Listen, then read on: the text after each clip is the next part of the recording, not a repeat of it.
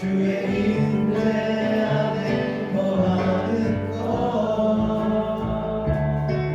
나의 가장 큰 소망 나의 가장 큰 은혜 주와 함께 동행하느니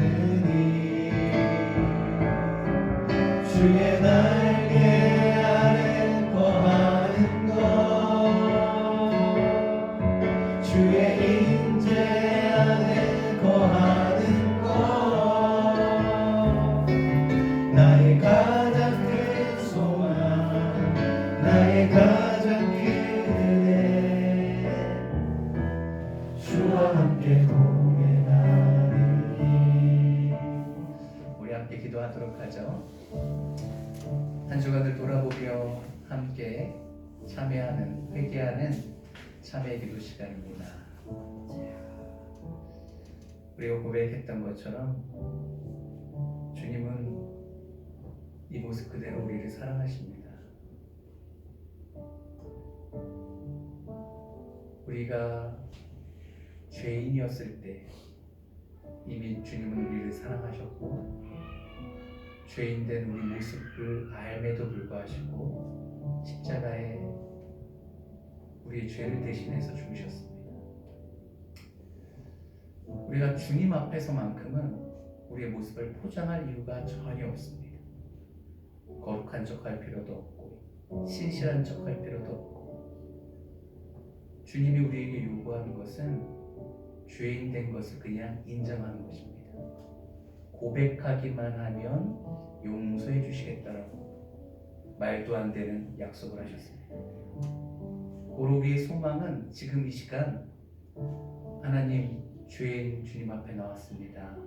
용서해 주십시오. 있는 모습 그대로 사랑하여 주시니 감사합니다. 있는 모습 그대로 나아가오니 품어 안아 주십시오. 세상에서는 우리가 추악하면 사람들이 우리를 향해 돌을 던지겠지만 주님은 우리를 품어주시는 분이신 줄 압니다. 우리가 아무리 너저분하고 추하고 냄새나고 볼품없어도 주님은 다 감싸 안아주시는 줄 믿습니다. 십자가의 보혈에 의지하여 이 죄인 주님 앞에 나아가오니 용서하여 주시고 새롭게 하여 주시옵소서. 우리 주님 앞에 우리의 죄인됨을 인정하고 고백하며 나아가도록 하겠습니다. 함께 기도하시지요. 아버지 불쌍히 여겨주십시오. 이 죄인 주님 앞에 나왔습니다. 죄인이 예배를 인도합니다. 불쌍히 여겨주십시오. 긍휼히 여겨주십시오. 외식으로 가득한 자 아버지 주님은 나의 모든 것을 아십니다. 주님 앞에 이 시간 고백합니다. 주여 나의 믿음 없음을 주님께서 아시오니 불쌍히 여겨주시고 주 예수 그리스도의 보혈의 십자가로 다 용서하여 주시옵소서. 아버지 음란함과 이 탐욕과 이 질투와 아버지 하나님 세상을 향한 나의 그 욕망들을 주께서 아시오니 주여 이 시간 다 보혈로 깨끗이 씻어주시옵소서. 완악하여 회개할 줄 모르는 이 심령 가운데 성령의 담비를 부어주시고 눈물을 허락하여 주시고 자복하는 심령을 허락하여 주시옵소서. 어찌하든지 주님 앞에서 삶을 살아낼 수 있도록 힘을 주시옵소서. 불쌍히 여겨주십시오. 긍휼히 여겨주십시오. 주 외에는 소망이 없사오니 주님 앞에 나와서 주 예수 그리스도의 보혈의 능력이 온 교회를 넘게 하여 주십시오. 십자가의 우리 능력이 우리 심령 가운데 엎드려 설 수 있도록 주여 강건하여 주시옵소서.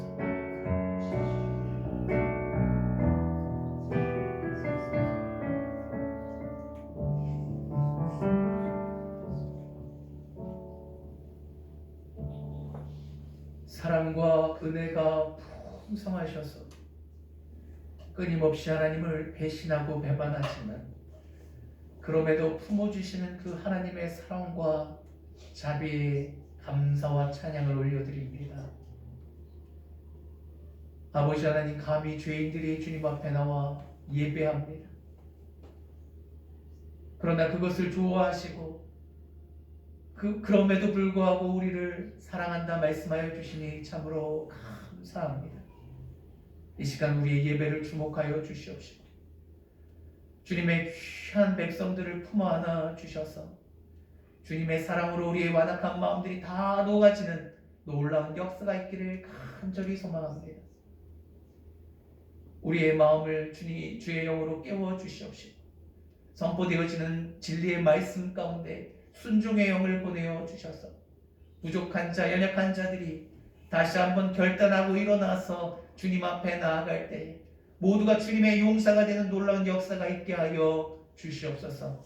오늘 예배를 통하여 역사하실 하나님을 기대합니다. 강력한 성령의 역사를 보여 주시옵소서. 우리 마음 가운데 회복의 은혜를 보여 주시옵소서. 회복을 넘어서 큰 부흥을 우리 하늘꿈 공동체에 허락하여 주시옵소서. 감사하며 우리 소망 되신 예수 그리스도 이름 받들어 간절히 기도합니다. 아멘. 감사합니다. 오늘 말씀 보도록 하죠. 고린도후서 5장 말씀입니다. 고린도후서 5장 8절부터 16절까지 보도록 하겠습니다. 읽기는 9절부터 읽도록 하죠. 고린도후서 5장, 제가 갖고 있는 성경책 290페이지에 있습니다. 9절부터 16절 말씀 읽어보도록 합니다. 오늘의 말씀은 고린도후서 5장 9절부터 16절 말씀입니다. 교독하도록 하죠. 제가 후수절 먼저 읽겠습니다. 그런즉 우리는 몸으로 있든지 떠나든지 주를 기쁘시게 하는 자가 되기를 힘쓰노라. 이는 우리가 다 반드시 그리스도의 심판대 앞에 나타나게 되어 각각 선한 땅에 그 몸으로 행한 것을 따라 받으려 합니다. 우리는 주의 두려우심을 알므로 사람들을 권면하거니와 우리가 하나님 앞에 알리어졌으니 또 너희의 양심도 알리어지기를 바라노라. 우리가 다시 너희에게 자천하는 것이 아니요 오직 우리로 말미암아 자랑할 기회를 너희에게 주어 마음으로 하지 않고 외모로 자랑하는 자에게 대답하려 하는 것이다. 우리가 만일 미쳤어도 하나님을 위한 것이요 정신이 온전하여도 너희를 위한 것이니 그리스도의 사랑이 우리를 강구하시는도다. 우리가 생각하건대 한 사람이 모든 사람을 대신하여 죽었은즉 모든 사람이 죽은 것이다. 그가 모든 사람을 대신하여 죽으심은 살아있는 자들로 하여금 다시는 그들 자신을 위하여 살지 않고 오직 그들을 대신하여 죽었다가 다시 살아나신 이를 위하여 살게 하려 함이라. 16절 같이 있습니다. 그러므로 우리가 이제부터는 어떤 사람도 육신을 따라 알지 아니하노라. 비록 우리가 그리스도도 육신을 따라 알았으나 이제부터는 그같이 알지 아니하노라. 아멘. 오늘의 본문은 고린도후서 5장 말씀입니다. 18절, 19절, 9절부터 16절 말씀을 본문으로 예수님을 기쁘시게 하는 사람, 예수님을 기쁘시게 하는 사람이라는 제목으로 함께 말씀을 나누려고 합니다. 오늘 한 공간에서 한 하나님을 예배하는 저와 여러분들에게 하나님의 크신 은혜와 하나님의 크신 사랑과 하나님의 크신 능력과 크신 축복이 함께하기를 주님의 이름으로 축원합니다. 아멘. 주님의 이름으로 축원합니다. 아멘. 감사합니다. 최근에 가장 기뻤던 일이 무엇이 있으십니까?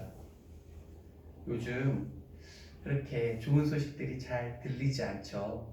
그래도 좋은 소식이 있으면 저에게도 알려주십시오. 여러분 주변에 좋은 일들이 있으면 제가 기쁘거든요. 이 기쁨이라는 감정은 어떤 일을 만족했을 때 그 만족으로 인해서 즐겁고 흥겨운 마음이라고 제가 사전을 찾아보니 그렇게 정의되어 있습니다.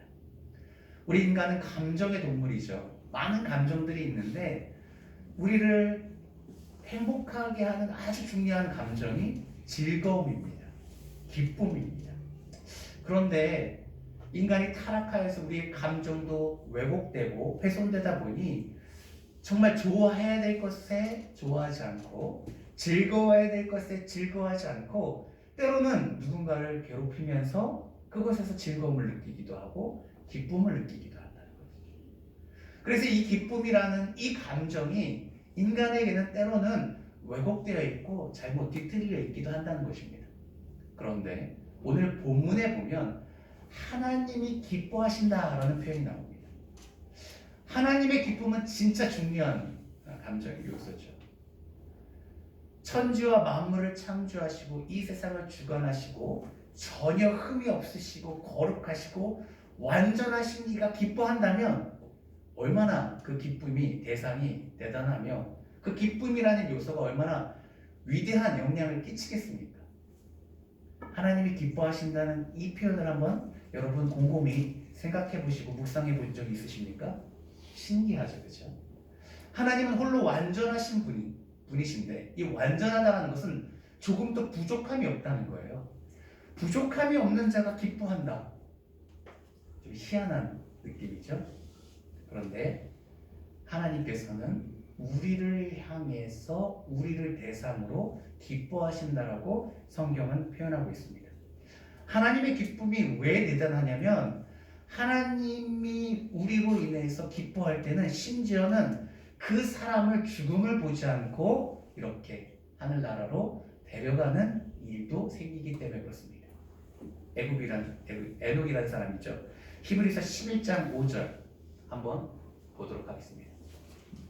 히브리서 11장 5절에서 에녹에 대해서 신약 성경에서 에녹을 이렇게 표현하고 있습니다. 5절 같이 읽어볼까요? 시작. 믿음으로 에녹은 죽음을 보지 않고 옮겨졌으니 하나님이 그를 옮기심으로 다시 보이지 아니하느니라.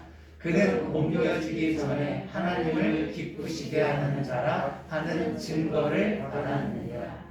그는 믿음으로 죽음을 보지 않고 하늘나라로 올라갔습니다. 그런데 그가 살아생전에 도대체 어떤 존재였길래 과연 하나님은 자신의 법칙, 모든 사람을 이 땅에서 죽는다는 것이 하나님의 법칙 아닙니까? 그 법칙의 예외를 에녹에게 선물로 주셨을까요? 살아있을 때 그가 하나님을 기쁘시게 하는 자였습니다. 하나님을 기쁘시게 한다는 것이 이렇게 가치 있다는 것이죠. 또한 예수님은 하나님의 기뻐하시는 자였습니다. 그래서 내가 너로 기뻐한다, 내가 너를 기뻐한다라고 말씀하시죠. 예수님께서 요셉의 아들 마리아에서 태어나죠, 그렇죠? 그리고 묵수로 30년의 삶을 사십니다. 나사렛 동네에서 조용히. 그런데 하나님의 때가 되어서 그가 본격적으로 아버지의 뜻을 이루기 위해서 이렇게 활동을 시작합니다. 먼저 요단강가에서 세례 요한에게 세례를 받죠. 그리고 세례를 받고 나올 때 하나님의 음성이 들리죠. 우리 마가복음 1장 11절 함께 읽어보도록 하죠. 시작. 하늘로부터 소리가 나가기를 너는 내 사랑하는 아들이라 내가 너를 기뻐하노라 하시니라. 내가 너를 기뻐하노라. 마태복음에서는 3장에서는 너는 나의 기뻐하는 자다라고 말하고 있습니다. 하나님께서 기뻐한다는 것이 이렇게 소중한 것이죠. 하나님이 예수 그리스도를 기뻐하셨기 때문에 결국 그를 죽었으나 부활시키는 겁니다. 하나님을 기쁘시게 한다는 것이 이렇게 소중하고 가치 있다는 것이죠. 오늘 본문에서 고린도 교인들에게 사도 바울이 이렇게 권면하고 있습니다. 하나님의 기뻐하시는 자가 되십시오. 그렇게 권면할 만하죠, 그렇죠? 도대체 그러면 어떻게 하는 것이 하나님을 기쁘시게 하는 것인지 오늘 말씀을 통해서 몇 가지 살펴보려고 합니다. 오늘 본문의 배경을 좀 먼저 보면 본문으로 들어가서 구절 한번 볼까요? 구절이 이렇게 시작합니다. 그런즉 그렇다라는 것은 앞에 있는 말을 받아서 결론을 내는 거죠. 그래서 고린도후서 5장의 그런즉 이 이야기는 1절부터 8절의 내용을 받는 것입니다. 그러면 고린도후서 5장 1절을 어떻게 시작하냐면 이렇게 시작하죠. 본문 한번 볼까요? 5장 1절 띄워주시겠습니까? 5장 1절 시작. 만일 땅에 있는 우리의 장막집이 무너지면 하나님께서 지으신 집 곧 손으로 지은 것이 아니요 하늘에 있는 영원한 집이 우리에게 있는 줄 아닙니다. 사도 바울의 직업이 뭔지 아십니까? 그는 하나님 이방인을 구원하는 택한 그릇으로 전도자로 부름을 받았죠. 그런데 그에게 또 다른 직업이 있었습니다. 자신의 살기 위해서. 그래서 텐트 메이커, 텐트를 생업을 위해서 텐트를 만드는 일을 했습니다. 브리스길라 아굴라 부부에게 아마 텐트 만드는 법을 배웠던 것 같아요. 그리고 그와 함께 업을 하면서 전도를 같이 했어요. 브리스길라 아굴라가 고린도 교회에서 만났어요. 그는 텐트에 대해서 아는 전문가였습니다. 왜냐하면 그게 업이었기 때문에 그렇죠. 근데 아무리 새 텐트라도 광야에서 텐트를 치면 시간이 지나면 모래와 바람에 의해서 강렬한 햇빛에 의해서 낡고 헤어진다는 것을 알았습니다. 이 텐트가 없어진다는 것이죠. 마치 우리의 육체도 이 육체가 텐트와 같아서 시간이 지나면 낡고 헤어지고 찢어지고 다 무너져 버린다는 겁니다. 우리의 육신을 텐트로 비유해서 우리의 육신이 무너질 때 그것이 끝이 아니라 또 다른 우리의 장막이 있는데 그것은 육신이 아니라 하나님께서 지으신 영원한 집이 있다는 것을 오늘 5장 1절에서 시작하고 있습니다. 2절 읽어볼게요. 있습니다. 시작. 참으로 우리가 여기 있어 탄식하며 하늘로부터 오는 우리 처소의 일기를 간절히 사모하노라. 생각해 보십시오. 주님께서 예비하신 새로운 집이 있습니다. 지금 이 땅에서는 육신이라는 집의 안에서 살고 있습니다. 어떤 집이 더 좋은 집입니까? 하늘에 있는 집이 더 좋은 집이죠. 사도 바울은 이 사실을 알았어요. 심지어는 삼층천이라고 하는 그 천국에 가서 실제로 천국의 모습을 보았습니다. 그리고 나니 그는 빨리 이 육신을 벗고 하늘에 있는 하늘집을 입기를 간절히 소망했습니다. 그래서 오히려 죽음을 사모했어요. 8절 볼까요? 8절 한번 읽어봅니다. 아까 9절부터 읽었는데요. 8절 시작. 우리가 담대하여 원하는 바는 차라리 몸을 떠나 주와 함께 있는 그것이라. 나는 차라리 빨리 이 땅을 떠났으면 좋겠다. 주님과 함께 있기를 원한다. 내가 보았던 그 천국에 이르기를 원한다. 이 한계에 있는 육체를 벗어버리고 주님이 허락하신 천국의 집을 있기를 원한다 라고 죽음에 대해서 갈망했습니다. 성도는 말이죠, 죽음을 바라보는 시각이 다릅니다. 일반인들은 죽음은 고통이고 아픔이고 슬픔이고 그렇죠. 그런데 성도에게 죽음은 소망입니다. 우리가 그토록 원하던 주님을 만나는 날이기 때문에 그렇습니다. 그래서 오늘 9절에 이렇게 결론을 내리죠. 죽음조차도 구원에 이르는 과정이기 때문에 그런즉 우리는 몸으로 있든지 떠나든지, 몸으로 있다는 것은 우리 생명이 더 연장된다는 것이고 떠난다는 것은 죽어서 천국에 간다는 것입니다. 그것이 중요한 것이 아니라 하나님을 기쁘시게, 주님을, 예수님을 기쁘시게 하는 자가 더 중요하니까 고린도 성도님들, 우리가 집중해야 될 것은 하나님을 기쁘시게 하는 일에 힘씁시다, 이런 얘기입니다. 이게 1절부터 9절에 이르는 내용의 요약입니다. 그런즉 어떤 의미인지 알겠죠? 죽음에 대한 자신의 의견을 피력한 후에 이 죽음조차도 우리는 구원으로 가는 과정이기 때문에 생사를 집착하지 말고 우리가 힘쓸 것은 주께서 주신 사명, 주님을 기쁘시게 하는 것에 우리 마음을 쏟자는 것입니다. 이 믿음이 대단합니다. 죽음을 넘어서서 우리 삶의 방향을 하나님을 기쁘시게 하는 것에 힘쓰자라고 말하니 얼마나 대단하고 위대합니까? 믿음이 이렇게 위대한 것입니다. 믿음이 하나님을 기쁘시게 하는 것이죠. 그래서 에녹이 믿음으로 죽음을 보지 않았고 살아생전에 하나님을 기쁘시게 하는 자로서 증거를 받았다가 놀라운 경험을 하게 된 것입니다. 그렇다면 구체적으로 우리가 하나님을 기쁘시게 하는 것이 무엇일지 살펴보도록 하죠. 첫 번째는 하나님을 기쁘시게 하는 자가 되려면 이 땅에서의 삶이 전부가 아닌 것을 믿음으로 시작합니다. 9절인데요. 그 다음 절 10절과 11절 읽어보도록 합니다. 함께 읽죠. 시작. 이는 우리가 다 반드시 그리스도의 심판대 앞에 나타나게 되어 각각 선악간에 그 몸으로 행한 것을 따라 받으려 합니다. 11절. 우리는 주의 도우심을 알므로 사람들을 권면하거니와 우리가 하나님 앞에 알려졌으니 또 너희의 양심에도 알려지기를 바라노라. 중요한 단어가 나옵니다. 10절에 보면 하나님의 심판때, 10절 띄워주실까요? 하나님의 심판때에 우리가 나타난다. 그리스도의 심판때네, 정확하게. 사람은 모두가 죽죠, 그죠? 이 설교를 준비하다가 제가 옥하는 목사님 이 본문으로 설교한 걸 제가 봤어요. 목사님의 옛날 얘기를 하시더라고요. 그 설교 당시에 20년 전에 얘기를 하는데 자기 친한 친구가 있었다는 거예요. 옥하는 목사님보다 먼저 개척을 하셨어요. 그래서 목회를 잘 하셔서 하나님께서 큰 은혜를 부어주셔서 예배당도 이렇게 조그맣게 지었대요. 성도가 200명이 된 거예요. 그래서 예배당을 짓고 성도 200명 되면 한번 목회하기 얼마나 좋겠습니까? 이제 막 뭔가 할 수 있는 그 시점이 된 거죠. 그런데 예배당을 딱 짓고 얼마 안 있다가 암 선고를 받으셨어요. 그런데 이게 급성이 돼서 이게 몸이 많이 아프게 되어졌죠. 그래서 병문안을 갔는데요. 이게 힘이 다 빠져가지고 앞에 있는 시계 초침만 이렇게 결국은 돌아가셨고 소천하셨고 장례를 본인이 다 주관해 주셨다고 하더라고요.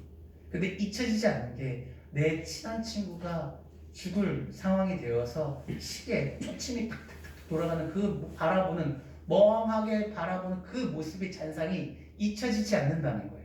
그리고 성도들한테 이렇게 말하는 거예요. 사람은 다 죽습니다. 여러분 한번 따라해 볼까요? 나도 죽습니다. 예외가 없는 거죠. 근데 죽음은 끝난이야. 그렇지 않죠. 오늘 5장 10절에 보면 우리가 다 반드시 예외 없이 우리가 다 나도 여러분도 나의 배우자도 나의 자녀도 예외 없이 다 하나님의 그리스도의 심판대 앞에 쓴다는 사실을 우리가 깨달아야 된다는 것입니다. 우리가 왜 하나님을 기쁘시게 함에 대해서 관심이 없냐? 이 삶이 다라고 생각하는 것에 있는 거예요. 그냥 살다가 내 기쁨대로 내 만족으로 화목한 가정 이루고 해외여행 다니면서 남들 부러워하면서 부러웠게 애들 잘 가르치고 그렇게 살지 뭐라고 생각하기 때문에 그렇습니다. 사랑하는 성도님, 성경은 진리입니다. 성경은 하나님의 말씀입니다. 거짓이 없죠. 이것은 반드시 실현됩니다. 하나님께서 뭐라고 말씀하고 있습니까? 우리가 다 반드시 예외 없이 그리스도의 심판대 앞에 선다는 것입니다. 이 세상이 다가 아니라 이후에 다른 세상이 있고 그 다른 세상의 감에 있어서 먼저 거쳐야 하는 과정이 있는데 그리스도 심판대 앞에 우리가 선다는 것이죠. 11절 읽어보죠.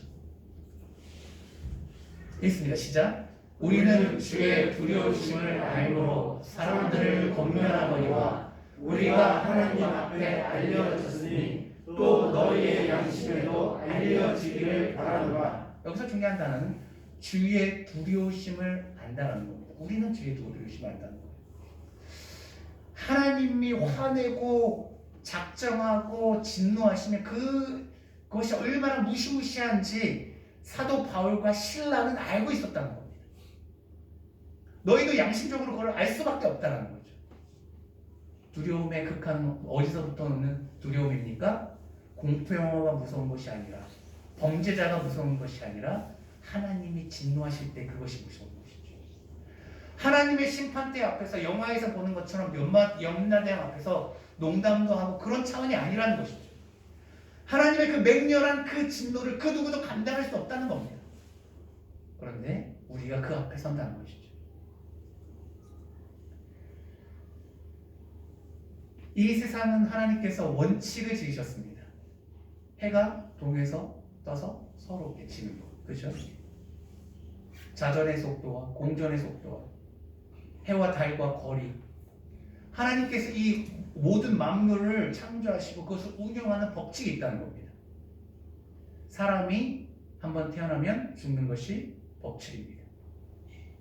그런 것처럼 우리 모두가 주님 앞에 선다는 것이죠. 이스라엘 민족들이 출애굽할 때요, 마지막 재앙이 장자재앙이었습니다. 이 초태생 모든 첫째는 다 죽는다는 거예요. 사람뿐만 아니라 짐승까지 다 포함해서 말이죠. 이스라엘 사람, 유다 사람 뿐만 아니라 히브리 사람이죠. 당시는 애굽 사람 다 포함해서 첫째는 다 죽는다는 거예요. 그런데 그 재앙을 피할 방법을 모세를 통해서 가르쳐 주십니다. 그날 밤에 옷을 입고 급하게 양을 잡아서 피를 문지방 이렇게 바르라는 거예요. 그러면 내가 심판을 왔다가 그것을 보고 넘어가겠다는 거예요. 유월절이라고 하죠. 넘어간다는 거예요. 왜요? 이미 그곳에는 재앙과 심판이 있었기 때문에 심판했다라고 간주하고 넘어간다는 것이죠. 하나님의 법칙은 무엇인가? 그리스도의 피가 아니면 그 누구도 예외 없이 심판하신다는 거예요. 뭐에 대해서? 죄에 대해서. 하나님의 심판 앞에 섰을 때 하나님이 심판하실 것입니다. 그런데 유예사항이 있습니다. 예수 그리스도의 피를 의지하는 자는 넘어가신다는 거예요. 우리가 그 심판 앞에서 자유할 수 있는 유일한 방법은 예수 그리스도라는 의의 옷을 입고 주님이 우리를 중보하셔서 얘는 내가 대신해서 죽었습니다라고 예수님이 우리를 중보해 주는 거예요. 천국에 가기 위해서는 그런 과정을 다 거쳐야 된다는 것이죠. 누구도 예외 없이.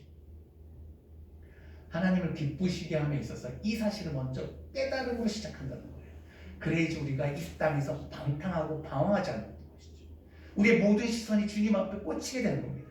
두 번째, 하나님으로부터 하나님을 기쁘시게 하려면 이제부터 우리의 안목을 바꿔야 합니다. 우리 좀 뒤로 넘어가서 16절 한번 읽어보도록 하죠. 16절 본문입니다. 본문의 말씀, 마지막 말씀 시작. 그러므로 우리가 이제부터는 어떤 사람도 육신을 따라 알지 아니하노라. 비록 우리가 그리스도 육신을 따라 알았으나 이제부터는 그같이 알지 아니하노라. 우리가 복음, 이 진리의 말씀을 모르면요, 그냥 보여지는 것, 육신으로 모든 것을 판단합니다. 심지어 사도 바울도 육신으로 예수 그리스도를 알았습니다. 육신으로 예수 그리스도를 보니 예수 그리스도의 이 정보가 무엇이죠? 요셉의 아들. 그의 직업은 뭐죠? 목수로 태어나서 목수의 아들로 태어나서 아버지를 돕는 목수 나사렛 시골뜨기였습니다.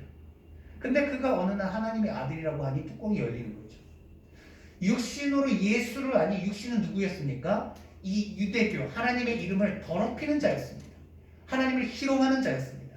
그런데 그 말도 안 되는 그의 주장에 사람들이 막 마음을 빼앗기니 막 의분이 일어나서 예수님 믿는 사람을 핍박하기 시작한 겁니다.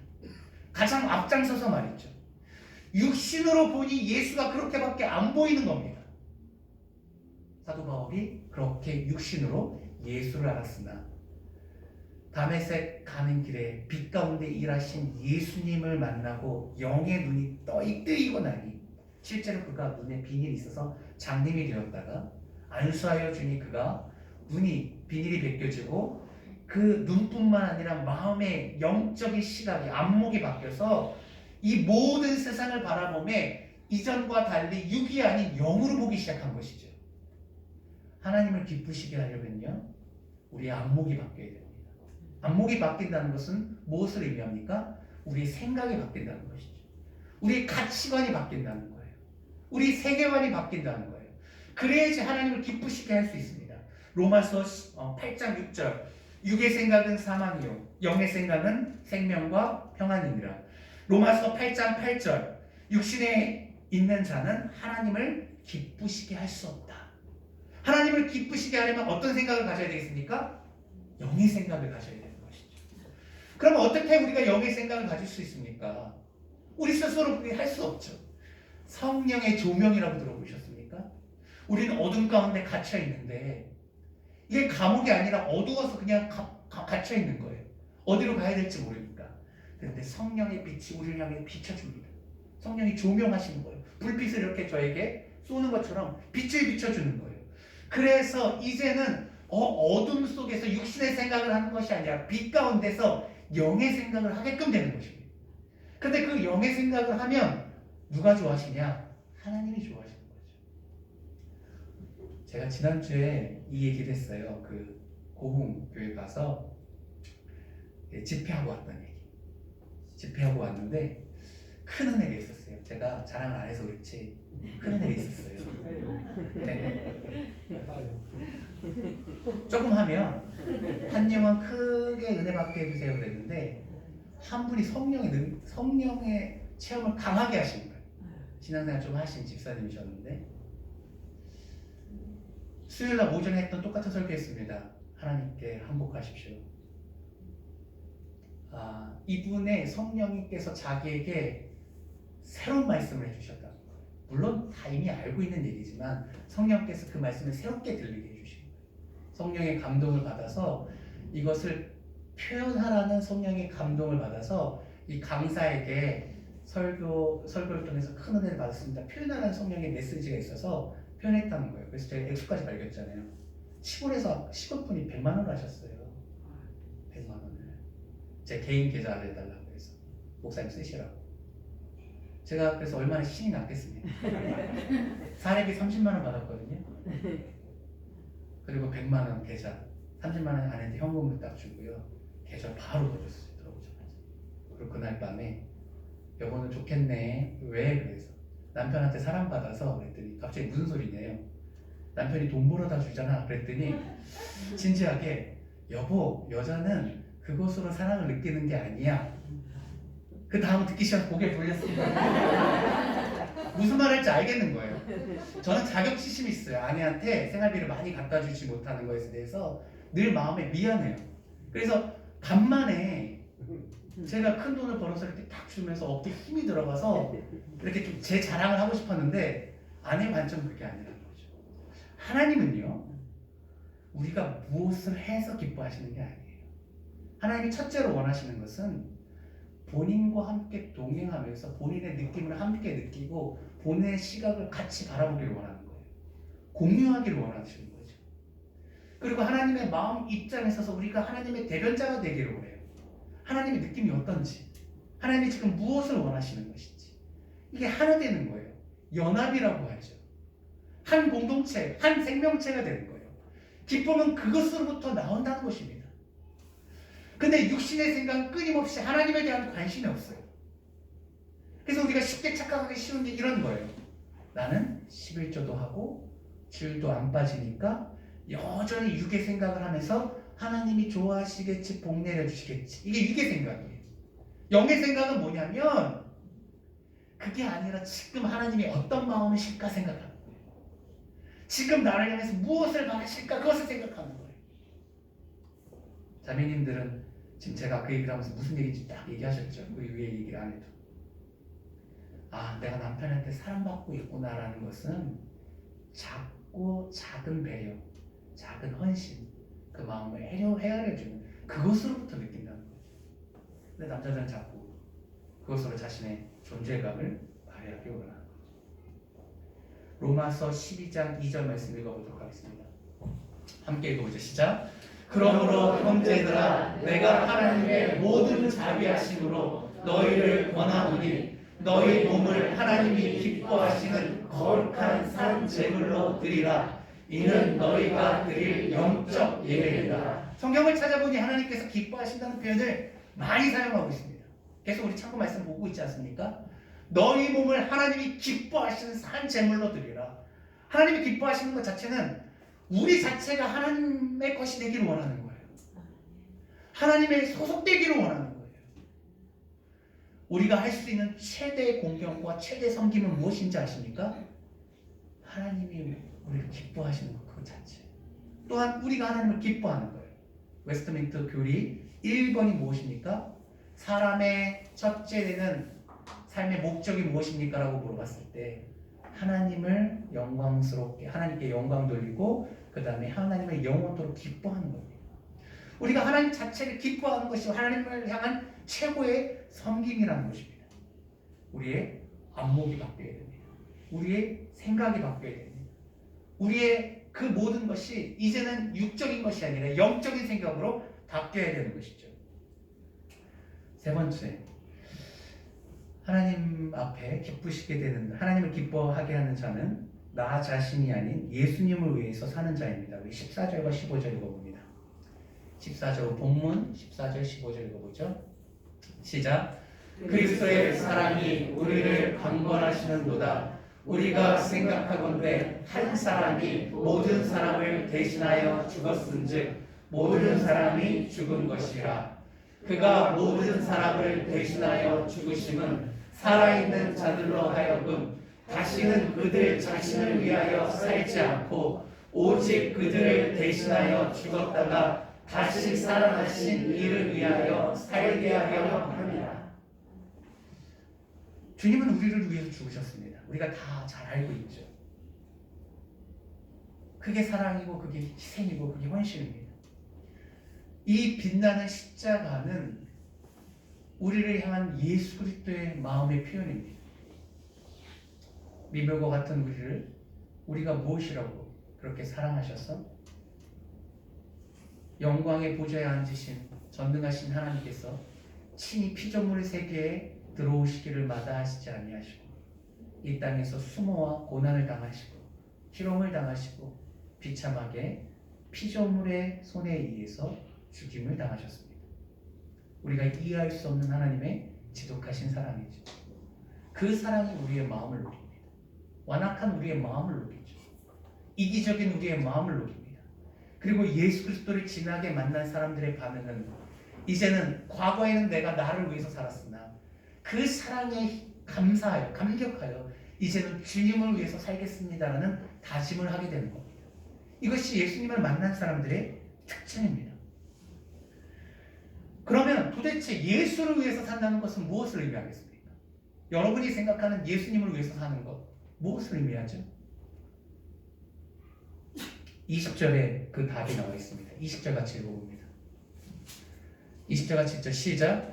그러므로 우리가 그리스도를 대신하여 사신이 되어 하나님이 우리를 통하여 너희를 권면하시는 것 같이 그리스도를 대신하여 간청하노니 너희는 하나님과 화목하라. 여기 중요한 단어는 그리스도를 대신하여 사신이 되었다. 우리가 그리스도를 대신하여 왕이 있으면 왕의 뜻을 전하는 사신, 현대인의 성경으로는 대사라고 번역했습니다. 우리는 그리스도의 전권 대사입니다.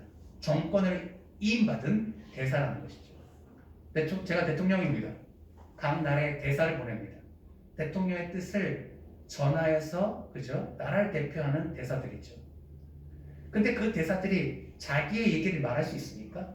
자기의 개인 사견을 말할 수 있어요? 뭐 사석에서는 말할 수 있지만 공식적인 사안에서는 철저히 대한민국 정부의 대통령의 의사를 얘기하는 거죠. 그래서 대사의 중요한 업무는 대통령의 본심이 무엇인지 잘 파악하고 있는 겁니다.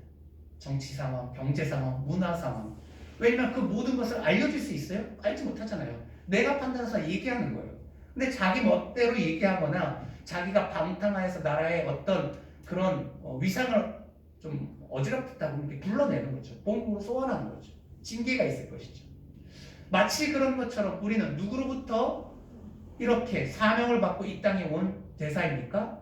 그리스도의 대사라는 거예요. 예수 그리스도를 대신해서 이 땅에 왔다는 거예요. 그러면 예수 그리스도는 과연 이 땅에서 무슨 사역을 했는가? 화목케 하는 사역을 했다. 예수님의 사역의 핵심은 하나님과 죄인된 우리 두 사람을 하나님과 신이시죠. 사람과 이 사이에 끼어서 서로 이 죄로 인해서 화목할 수 없는 이 관계를 화목시켰다는 거예요. 이것이 예수님의 사명입니다. 19절에 있는 내용이에요. 그리고 뿐만 아니라 우리에게 뭘 부탁하셨냐면 나는 떠나서 하나님 우편에서 너희를 중보하고 응원할 테니 너희는 이 사명을 대신해서 사람과 하나님, 너희는 이미 하나님과 화목했으니까 다른 사람과 하나님을 화목시키라는 거예요. 그래서 이렇게 간청하라는 것이죠. 사람을 만나면 이렇게 간청하라는 거예요.